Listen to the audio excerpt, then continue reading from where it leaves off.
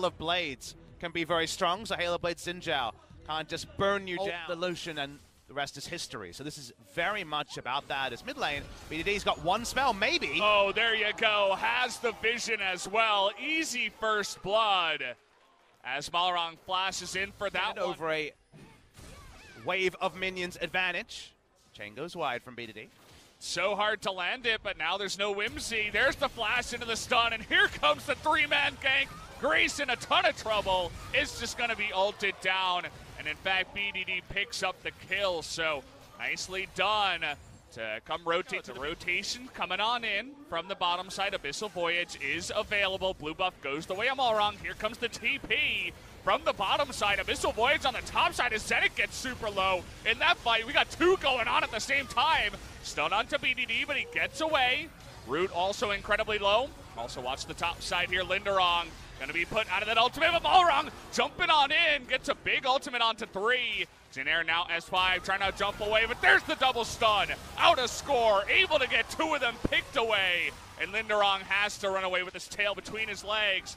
And there's the fight to KT. They should have the rip. The Lulu had to sell Amp Tome to finish the Rod of Ages at an early enough timing.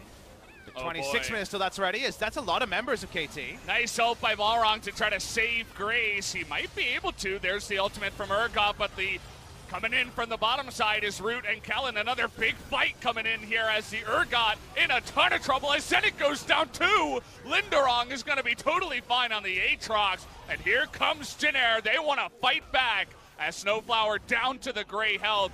Can they finish him off under the turret? In the bottom side towards this Cloud Drake.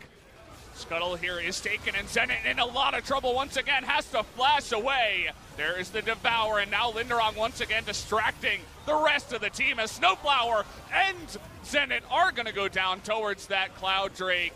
Just kind of out of position. Nice clamp down there by Jin-air. BDD, he's trying desperately. He wants it so bad, but only one kill on the support will go the way of the LeBlanc. But it happens again, Valdez. Feels like bot lane and the... If you have Aatrox in the backline, he's got the revive. He's able to buy time, but he might be dead anyway. BDD has so much damage, is able to distort away from that one. There is the stun. BDD will pick up that kill on the backside. Bit of a lone hand, though. Only one Turn kill. Up in the top side and some vision around the Baron. They don't really care about this Ocean Drake right now. Grace just won't be able to side. A couple of the lower level teams here in the LCK. It's funny to say that about KT. They want to prove me wrong here, getting on top of Kellen. Nice amount of damage there. And he get popped. The stopwatch comes in, and here's the Root nearly actually takes out BDD on the backside. Now Malrang getting on in there. Score in a little bit of trouble. Is going to have to hop away, and there he goes. Down goes the Victor on the left side. As he went a little bit too close to the sun, and Root finally doing his... of damage rather than defensive positioning. Seeing the opening up here, do notice that Lulu is not grouped. She was dealing with LeBlanc. LeBlanc's going to get there first. Trying to hop on into Kellen now. Root is going to get exhausted, but still doing a lot of damage. In goes Lindarang, trying to pop him, but here's BDD into the back line. Is able to get one. Chains go onto the Aatrox. He's forced to retreat as well. And this time around, the fight will go the way. Because Lulu finally joins, and it gets more tricky. Scores over the wall. They're going to try.